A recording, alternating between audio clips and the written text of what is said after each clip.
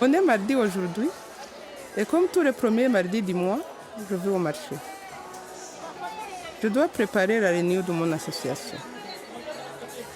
Des nouvelles femmes sont venues nous rejoindre et je vais leur organiser une réception chaleureuse.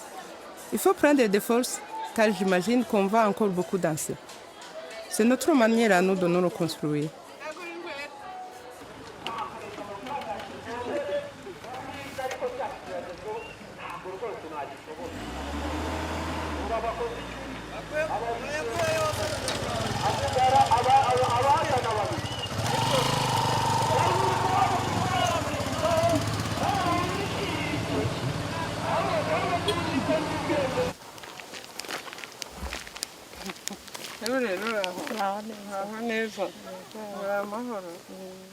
Durant le génocide, il y a eu 250 000 viols.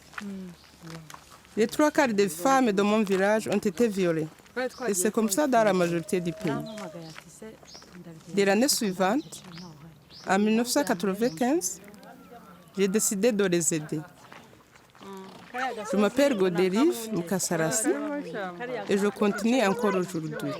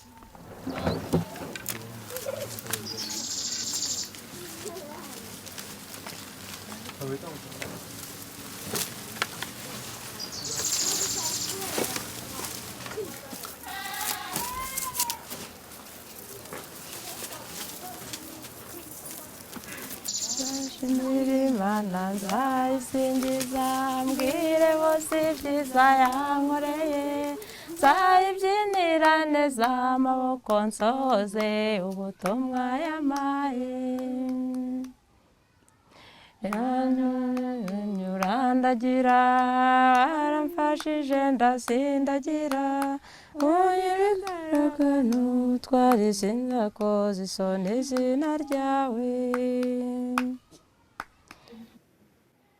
Jenoside yabaye imbyaye kabiri, ngo umwana wa kabiri apfana na se, njye nsigarana n'umwana umwe, dusigara turi babiri.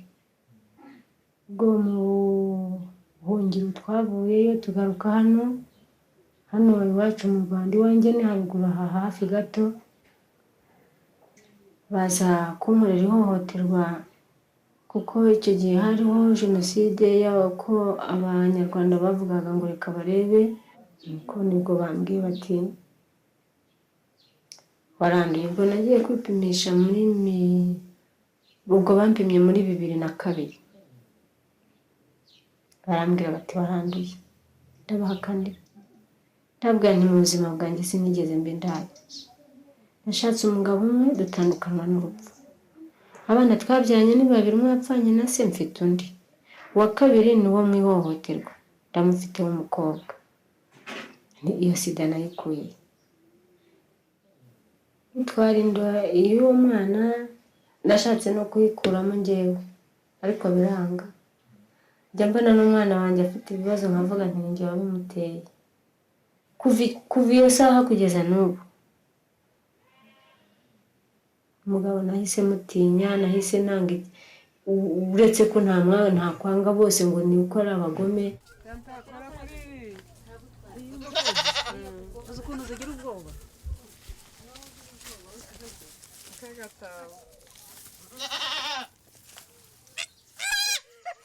J'ai fondé l'association Sevota en décembre 1994 pour aider les veuves et les orphelins qui ont souffert de violences pendant le génocide.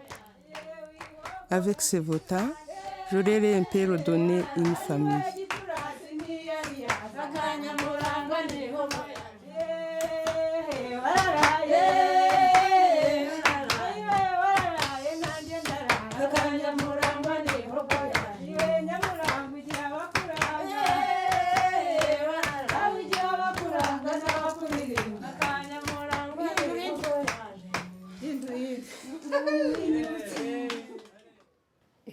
Kenshi kuba mu ishyirahamwe ubundi mu rugo ku giti cy'umuntu no mu rugo turakora ariko kuba turi hamwe byatumye twumva ko ubuzima bugomba gukomeza umwe yareba undi akabona nta kibazo afite yamubwira ku buzima bw'abandi bantu bagenda bahura kenshi ugasanga natwe uko turi tugatekereza ko ubuzima bwacu bugomba gukomeza bigatuma twumva ko tugomba gukomera mbese mu buzima bwacu uko buhagaze ubwo rero ahanini icyo kintu cyo kwishyira hamwe cyo rwose ni ikintu gikomeye kuko cyagumye kudusubiza mu buzima busanzwe n'uwabaga yihebye ku buzima bwe bigatuma abasha kongera kugaruka nyine kuganira turaganira ariko tuganira ibisanzwe nk'abo tudahuje ikibazo tuganira ibisanzwe keretse kubo duhuje ikibazo.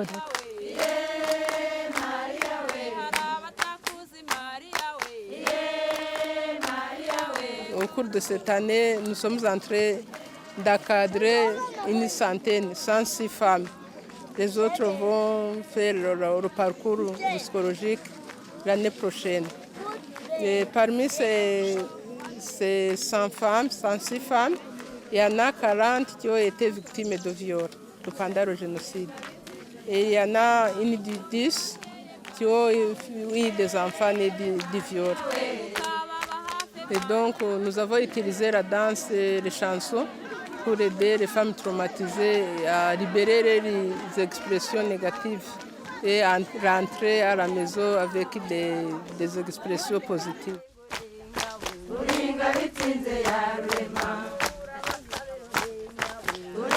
Mais les pensées positives, ça leur permet d'avoir l'esprit sain dans un corps sain, comme dit la Bible.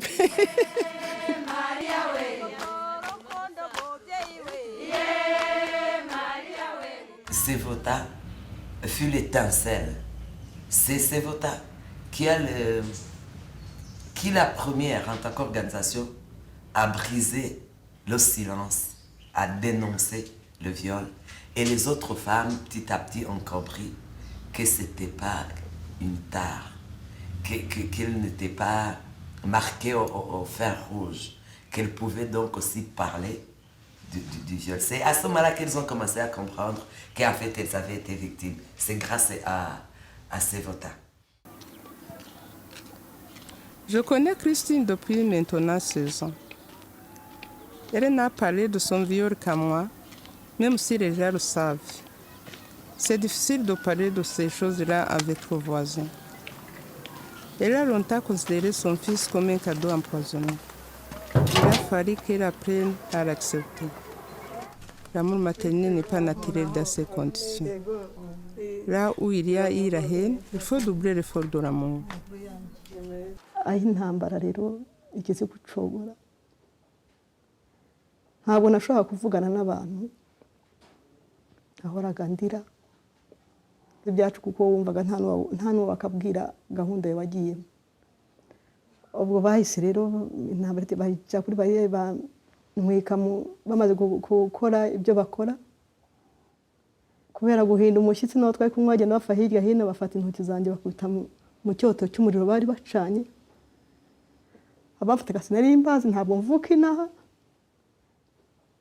ndaza duhungira ahantu Kabgayi ko sinzi uburyo ki nahageze nibwo nabonye nsamye inda y'uwo mwana ko nta rukundo numvaga n'umwana mukunze namurebaga nti wakintu wantera hamwe we niweho ni mwebwe mbese undi mwanya muto nkongera none nkumva ndigara umwana mureka ko namwitaga nta kintu yarazi ariko aho batwohereje muri forumu Kigali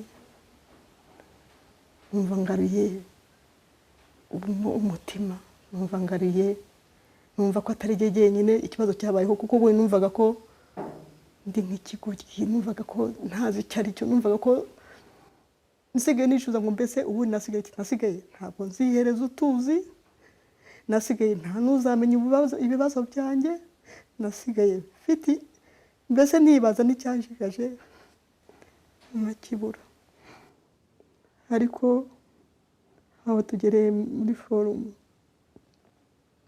usanga abamama baranyubaka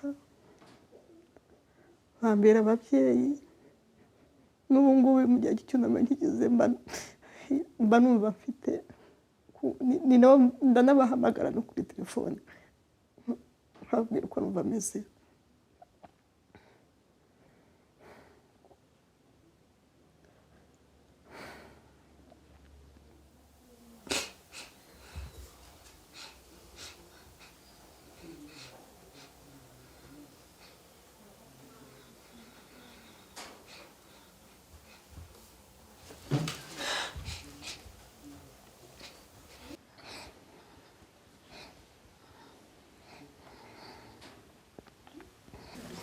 ndetse ngo utege igitambaro hanyuma ushyire mu mutwe natwe nk'urubyiruko harahuye twumva yuko ibyo twakorewe si byiza nta nubwo ari byiza kuko byakorerwa abandi ko kwigira igitekerezo cyo gukina uriya mukino kugira ngo buri mubyeyi azarebe ibirimo byose abone ibyiza bikurikize ibibi abireke n'uwabikoraga abicikeho. ariko mama ntabwo uciye mu ijambo ubundi igihe papa ni nimurye vuba mujye ku ishuri turanarangiye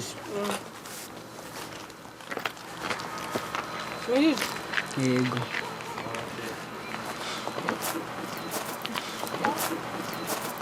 Karamba twariye none se mama ikintu nashakaga kukubaza ubundi papa wanjye ni nde rero mwana wanjye kugutoteza no kugutuka nanjye si ubushake bwanjye ni ibibazo biba bibintera papa wawe baraba hakurya kuri wa musozi w'inyuma none mwana wanjye mbabarire nanjye sinjye ubu ngubu ejo tuzajya kumureba noneho ubundi nyine mukwereke.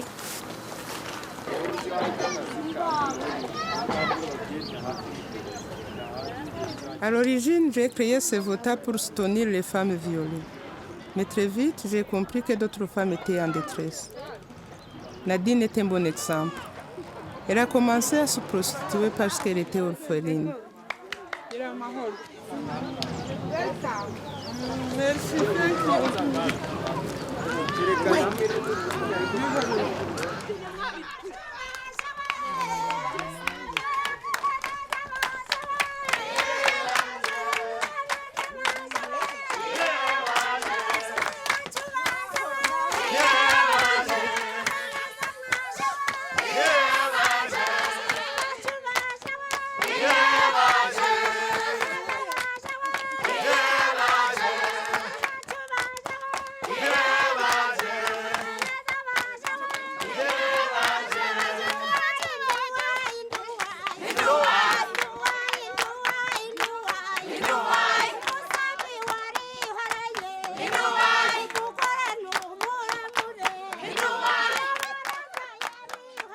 Nadine est un bon exemple. Aujourd'hui, elle est devenue la responsable de ce VOTA dans la région du Nord.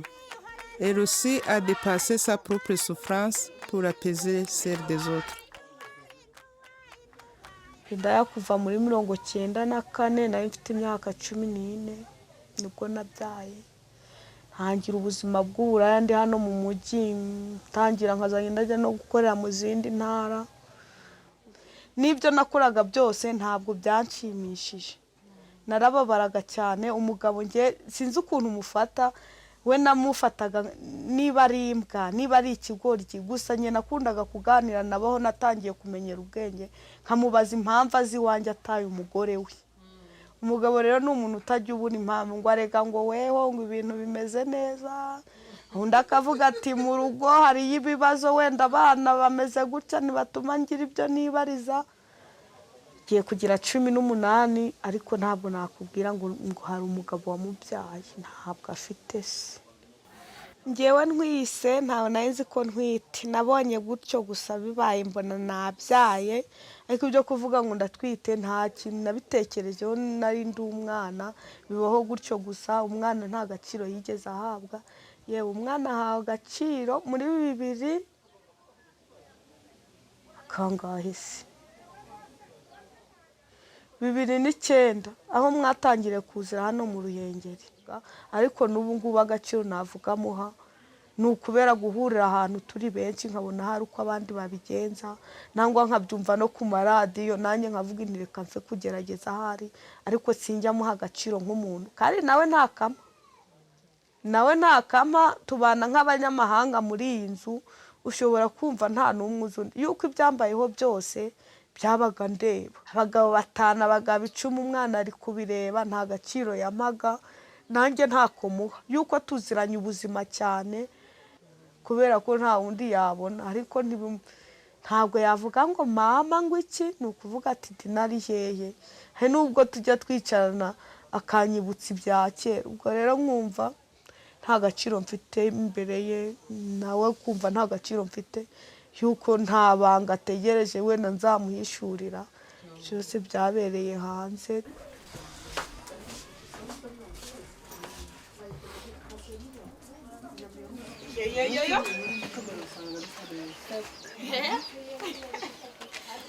Kwarura baje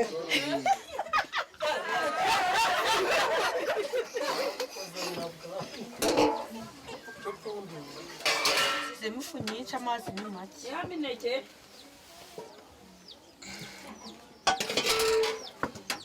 ifu mu nkono.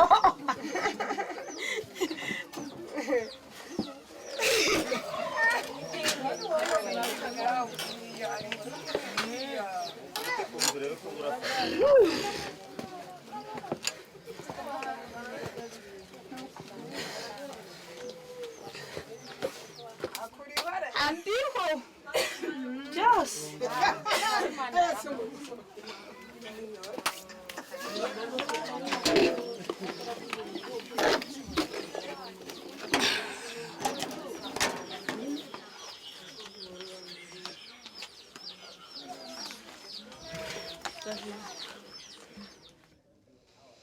nyiri mu buraya nta gaciro nari mfite.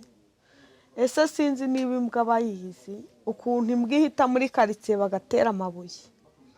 Ubuzima nari ndimo, twanyuraga muri karitsiye tugiye gushaka abagabo, abana bakadutera amabuye ngo ndazirahise, ku buryo hari n'ubwo wumvaga udashaka kuva mu mujyi kubera ko ku mugoroba utari bubone inzira. Sinzaguheza Mariya we, umusore yagiye kurambagiza hashira ibijumba mu mufuka, ageze mu irembo arakucagura, aho umukobwa udatinya yabwiye nyina, saniya nkoni dukubita imbeba yatumariye ibijumba byamugorora.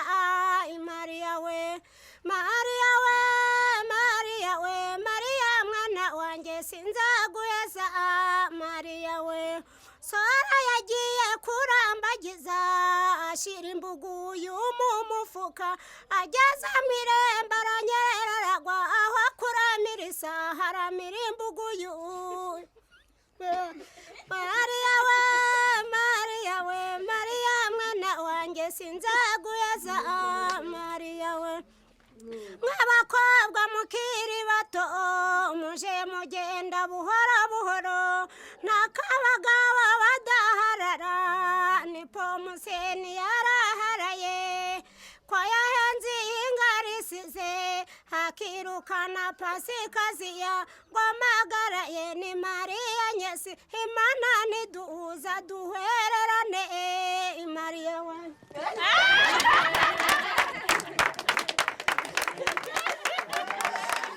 ndavuze ngo mumvire mu rugo ndetse zashoboka nakugiye kuva iwanyu muzagaruka hano ugende muve hano ahubwo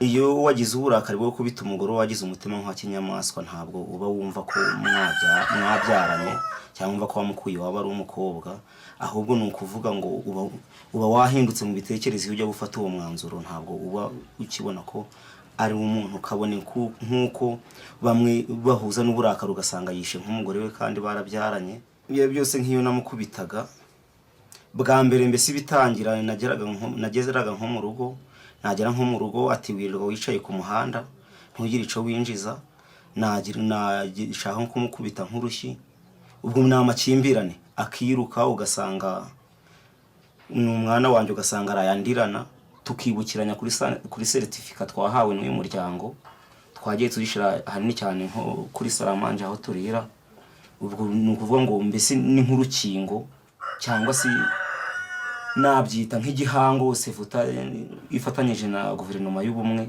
yaduhaye yo kugira ngo ice amakimbirane mu mago.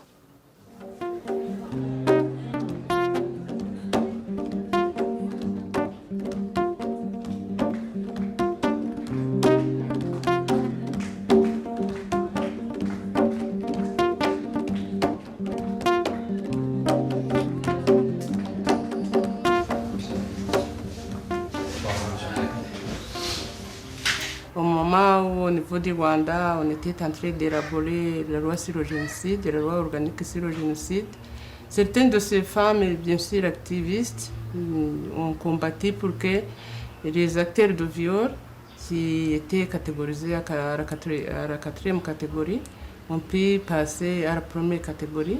Immaculée le sait bien parce qu'elle est parmi les femmes qui nous ont aidés. Alors, il y avait la première catégorie, c'était les gens qui avaient sensibilisé les autres, qui avaient vraiment conçu l'idée du génocide, et les gens que j'appellerais les forgerons du génocide. La deuxième catégorie, c'était des gens qui avaient été très actifs dans les tueries. La troisième catégorie, c'était des gens qui avaient manifesté l'intention de tuer, mais qui n'avaient pas pu le faire, mais qui avaient blessé les gens, ainsi de suite. Et la quatrième catégorie, c'était des gens qui avaient pillé les biens des autres et qui avaient violé les femmes. Dire qu'on a violé une femme, mon Dieu, c'était pas vraiment un crime comme tel parce que c'est quoi, au moins elle, d'ailleurs c'est ce qu'on nous répondait, je me rappelle quand je suis allée voir les parlementaires en leur disant que c'était un scandale, ils m'ont dit mais au moins on les a pas tués. Vous comprenez? Je me rappelle ces femmes parlementaires nous ont dit on est de votre côté. Si c'est nécessaire, nous allons faire de Kigali une ville morte. Mais cette loi ne va pas passer. Et c'est comme ça que les gens présumés de viol pendant le génocide ont pu passer de la quatrième catégorie à la première. Et ce fut une victoire pour nous. Mais ce n'était pas fini. Il y avait aussi le tribunal pénal international pour le Rwanda, basé à Arusha. Là aussi, ça n'a pas été facile.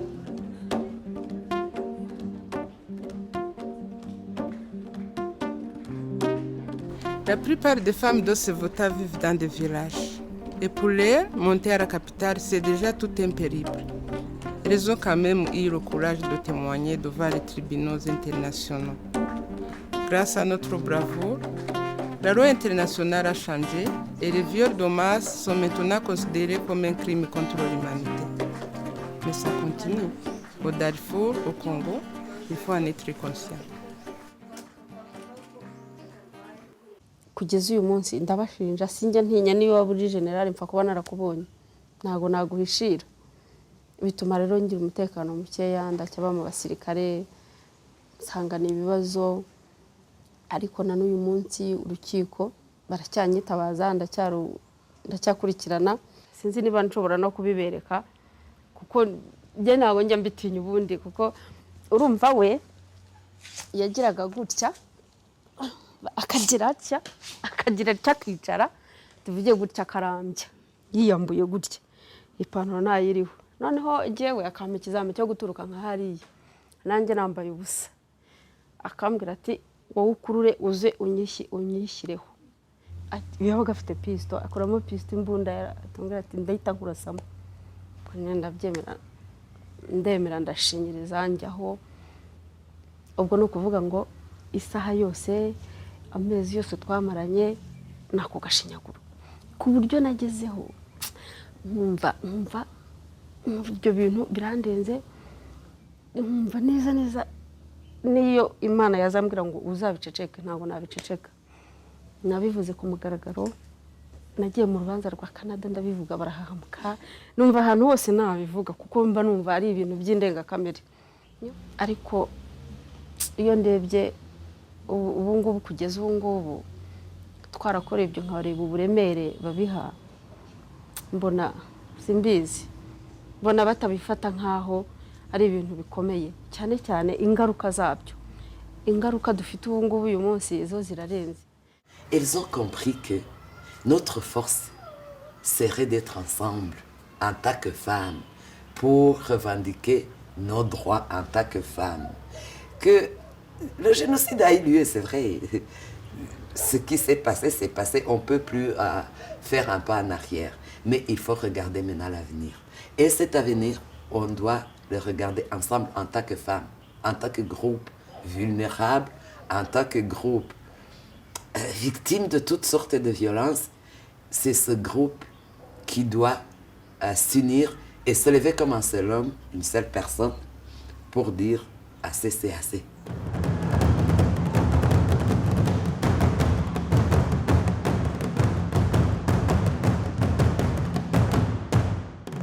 C'est sûr qu'il y a eu de grandes avancées ici et qu'on est un exemple pour la région. Mais il y a beaucoup de choses qui restent tabous pour nous autres les femmes. Faire du vélo, fumer une cigarette, monter à moto, ce n'est pas l'affaire des filles. C'est comme ça dans notre culture. Mais ça va changer. Regardez les femmes tambourinières d'Outari. Le tambour, c'est un instrument masculin par excellence.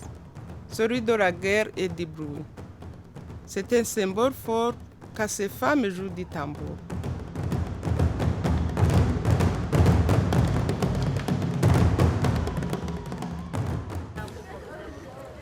nyine iyo ndi muri groupe mba numva nishimye cyane bikabije kuko mba numva afite imbaraga zihambaye nk'ubu nk'iyo ndibo ntera bakanyikiriza nabareba natera akajisho nkabona basaze ubwo nanjye bimamurane noneho nkumva n'ingoma nayisimbuka nkagwa nkariya numva nta kibazo ndi bugire mba numva nishimye ufite imbaraga zihambaye nta kintu cyankanga.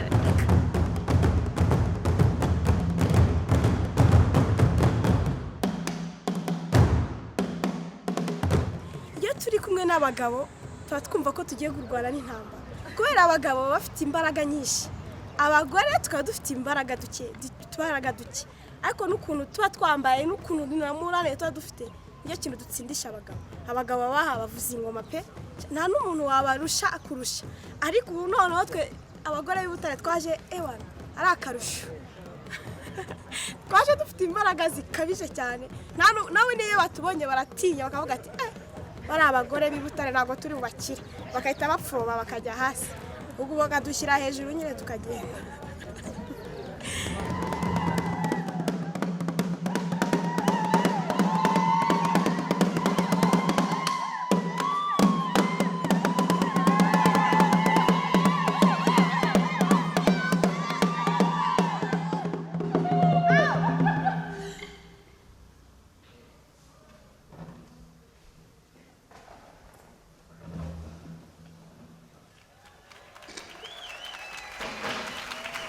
Candidate number 2, please forward.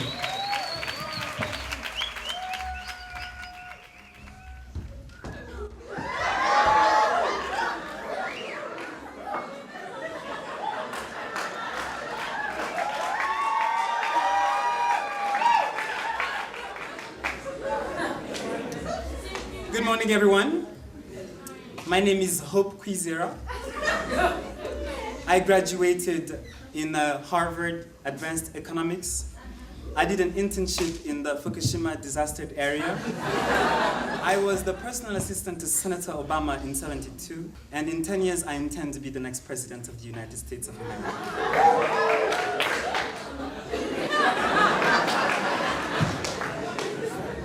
I'm sorry, what? I got the job? Yes.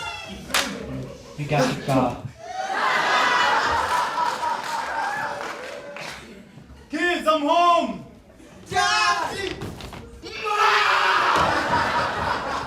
Je peux vous expliquer. Je te jure, je peux vous expliquer. Est-ce que vous savez ce qu'un homme est obligé de faire pour avoir un boulot dans ce pays? Non mais sérieux, Mouraseka. Je suis allé là-bas, j'étais un homme, ils ont dit non. Je suis allé là-bas, j'étais un homme avec une licence, ils ont dit non. J'étais là-bas, je suis un homme avec un master, ils ont dit non. J'arrive, je suis une femme, ils disent oui. Et je viens de signer un contrat de 5 ans. Ça veut dire que je serai habillé comme ça pendant 5 ans. Ce string est en train de me tuer.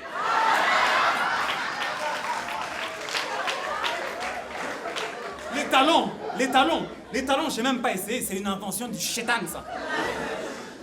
Mais si ça continue comme ça, dans 2 ans, moi j'ai des règles douloureuses.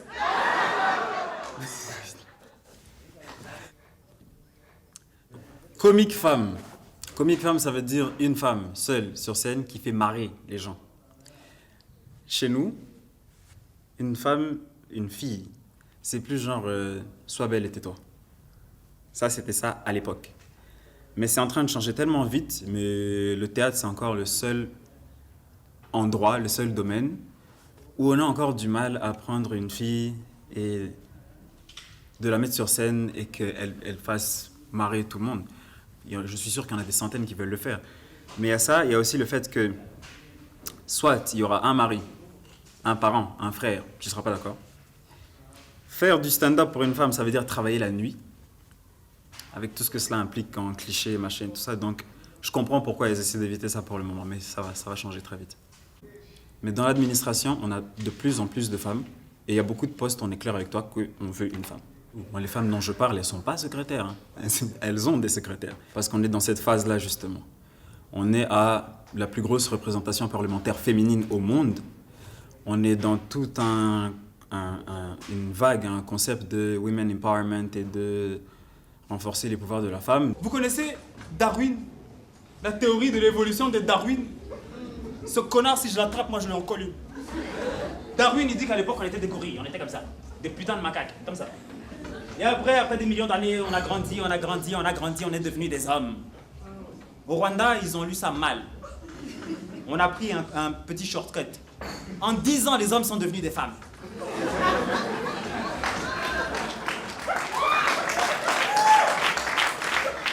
Sérieux? Mais j'ai pas le choix, c'est comme ça. Mon père, il me disait à l'école, fils, un homme doit faire ce qu'un homme doit faire. C'est ça ma vie aujourd'hui, ne rigole pas.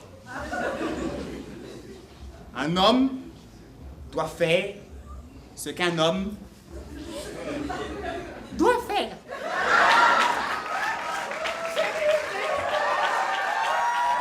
Après 94, sont chefs de famille. Et qu'elles doivent élever pas seulement leurs enfants, mais aussi des cousins, des neveux, des frères, des trucs comme ça.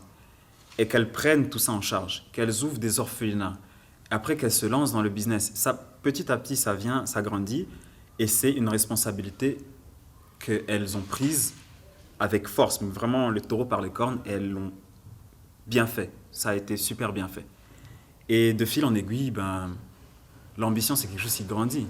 Je veux dire, quand tu réalises que, même pour moi, même pour n'importe qui, quand tu réalises que tu as de plus en plus de choix et de plus en plus de potentiel et que tu réalises quel potentiel tu as, c'est clair que je ne sais pas à quel niveau, je ne sais pas où sont les hommes maintenant, mais bon, les femmes sont présentes, elles restent. Mais il y a encore des coins dans ce pays, dans la région, dans ce continent, où la femme, elle est encore au niveau de la cheville du mari. Et c'est là sa place, et elle le sait, et c'est comme ça. Parce qu'on ne change pas une mentalité pareille en 10, 15 ans, 20 ans. Ça prend encore des années. Parce que la plupart du temps, dans ce genre de coin, les femmes se freinent elles-mêmes encore, tu vois. Une femme qui se rebelle, ça fait beaucoup plus d'impact qu'un homme qui le fait. Tu vois.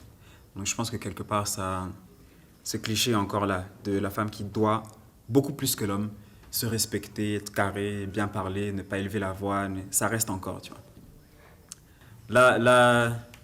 Tu sais, la femme qui parle pas, qui est silencieuse, qui pète pas un mot, qui... Non, c'est pas pour moi en tout cas.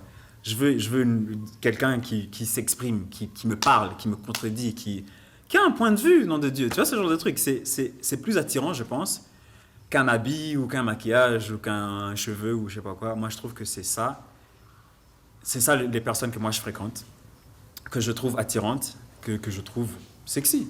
C'est une femme qui est belle, qui se sent l'âme d'une femme indépendante, qui le montre et qui te dit, ben voilà, tu dis quelque chose, mais moi je dirais le contraire, et puis on va débattre, et puis si t'es pas d'accord... Vous savez, il n'y a pas très longtemps, une jeune fille de votre âge ne pouvait pas dépasser 18 heures sans rentrer à la maison. Ah ouais. Ça, c'était seulement réservé aux garçons.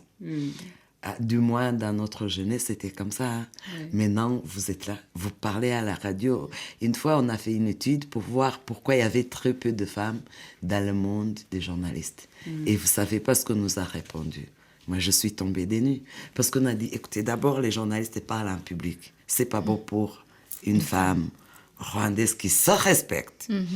Et puis, en plus, elle peut rencontrer des gens, elle peut faire des rencontres dans des bars, et dans des restaurants. Donc, tout ça, ce sont des comportements de prostituées. C'est ça qu'on disait. Alors, vous comprenez, maintenant, c'est fini tout ça. Vous voyez Miss Chanel, qui va là, qui chante, qui s'éclate, et personne n'est choqué, n'est scandalisé. On l'acclame, on l'applaudit.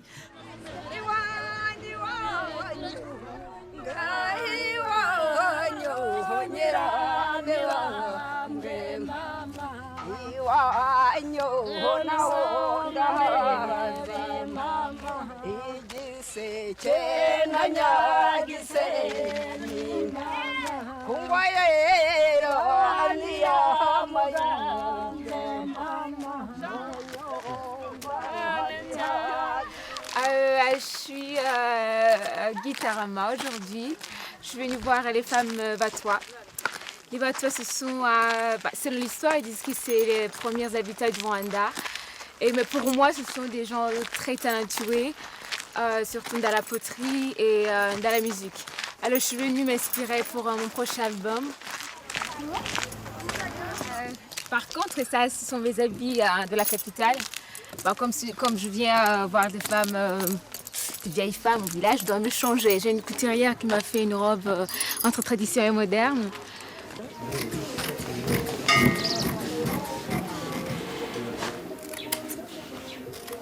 Chanel, c'est notre Madonna nationale. À la radio, à la télé, elle est partout. C'est la star rwandaise de sa génération. Elle incarne ce que nous espérions, ou plutôt ce dont nous rêvions, car nous n'étions encore qu'une poignée à nous battre. Elle s'affiche en public, sans mari, sans manager, libre comme l'air, autonome et indépendante.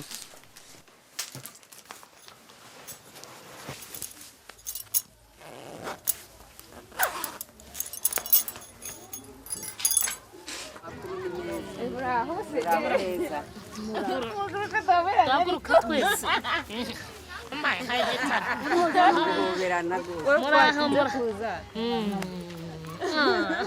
ntabwo murekura yatinze kuza yarabiretse uraho urakomeye cyane mbese shami mukomere cyane akanyita wakishorika byaciyemo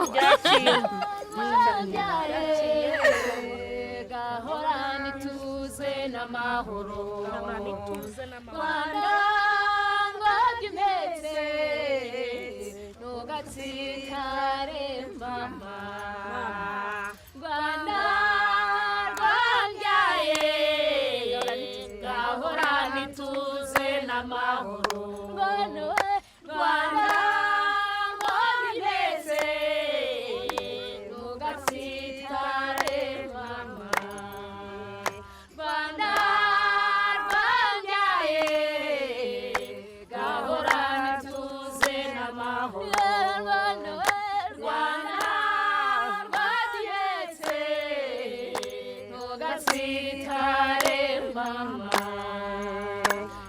batsitare mama akabiri bashobora kwita batsitare mama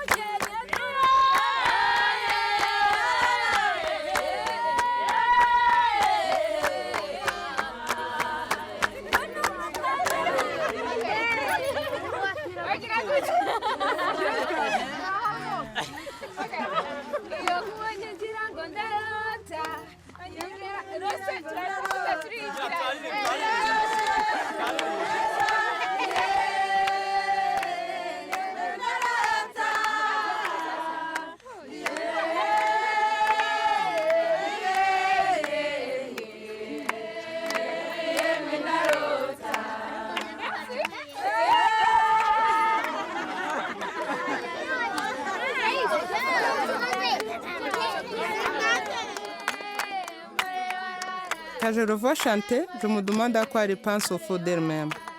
Je me demande si elle aussi se sent responsable d'une génération. Si elle se rend compte qu'elle est la porte-parole des espoirs que nous avions.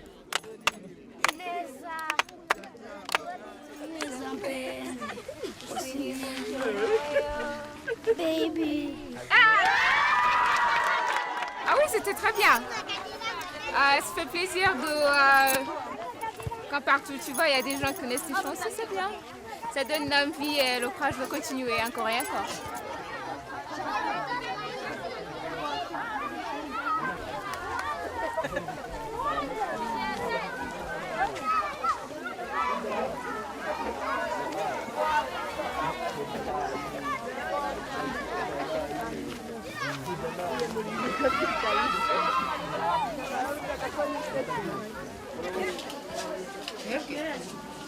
kurunganyiriza ariko izina ry'Imana sinari nabibonye nyuma ni sokoza aho barimo baramufotora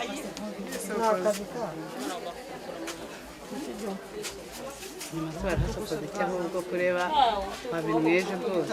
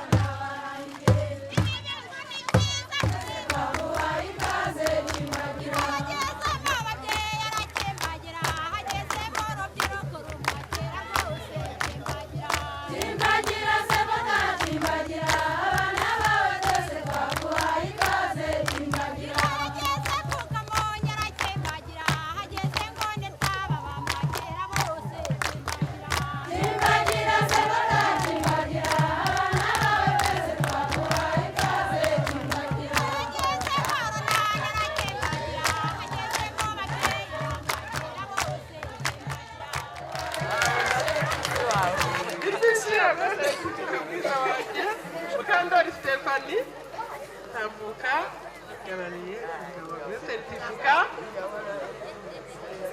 Mukandori shawa kugabo zikagwase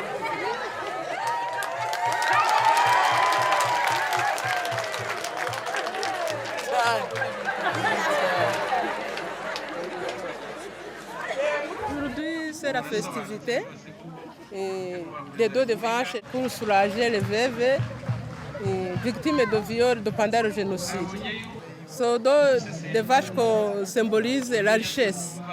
Elles souhaitent aux femmes d'être riches, de travailler, d'être riches. Mais aussi, ça symbolise la santé. Parce que le fait de boire du lait, ça permet aux personnes malades d'avoir une bonne santé.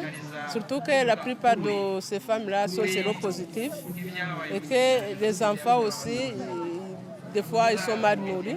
Et avec le lait de vache, ils vont bien se nourrir pour avoir une bonne santé. Mais surtout, c'est pour la richesse parce qu'ils vont recevoir du fumier. Et avec le fumier, ils vont produire plus. Et comme ça, ils auront le droit socio-économique.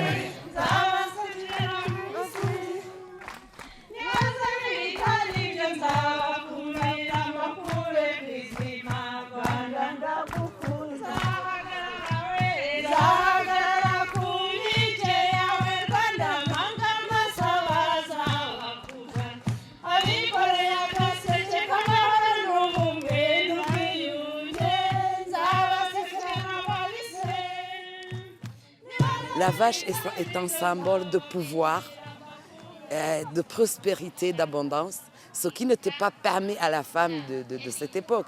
C'est-à-dire que l'affaire d'échanger les vaches, c'était entre les hommes. Alors maintenant, les choses ont changé bien évidemment. On parlait de la femme en tant que citoyenne, en tant qu'actrice du développement. Donc c'est comme ça que maintenant, les femmes sont en train de donner les vaches, mais aussi de recevoir les vaches. C'est très important et c'est très symbolique. Et même pour le changement de mentalité dans notre culture. Donc cette action qui vient d'être faite, c'est vraiment l'un des exemples de changement de comportement formidable.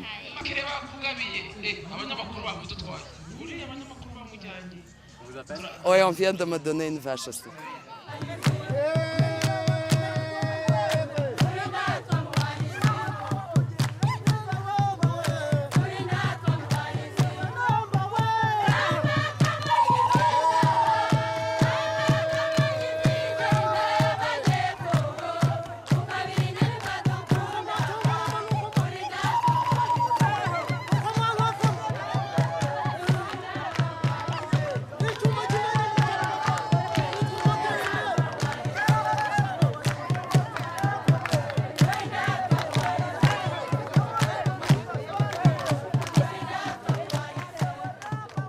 Notre objectif à ce votant, c'est d'abord de permettre aux femmes de vivre dans des conditions décentes. C'est bien beau de parler des droits fondamentaux, mais si tu as le ventre vide, tu restes dominé. L'indépendance, ça passe aussi par l'autonomie.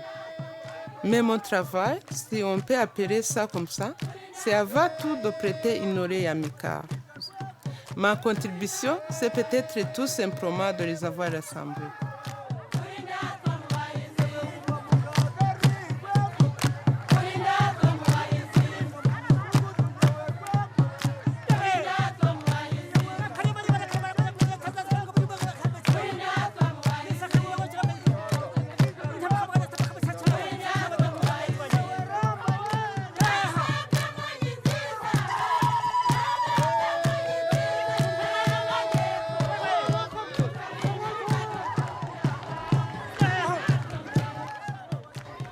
La lionne, c'est elle qui fait les enfants.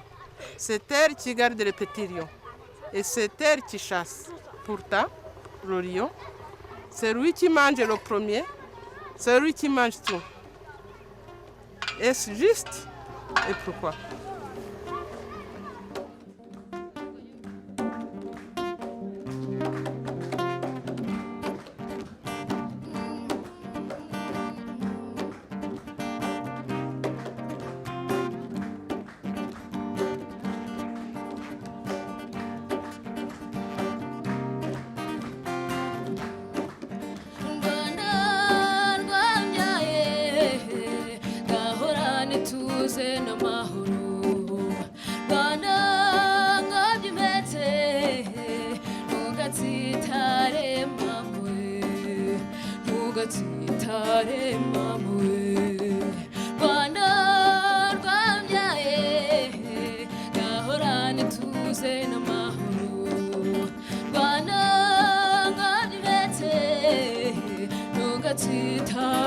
mama we ntugatsitare mama we u Rwanda rweza nisharuramo u Rwanda nise mudashyikirwa u Rwanda rwese imihigo yemye uri ngo biteshe amabuhetse yaguhanze ntiyaguhinze n'abahanzi ibyo barabizi yaragutanaza ngo udasumbwa gahora uganza rugero rwiza we Rwanda rwabyaye gahorana ituze n'amahoro u Rwanda Rwanda rwabyibetse ntugatsitare mama we ntugatsitare mama we Rwanda rwabyaye gahorana ituze n'amahoro Rwanda rwabyibetse ntugatsitare mama we ntugatsitare mama we gihugu bigiraho guhanga urwego rwibarutse birunga mudashyikirwa nyir'ibishanga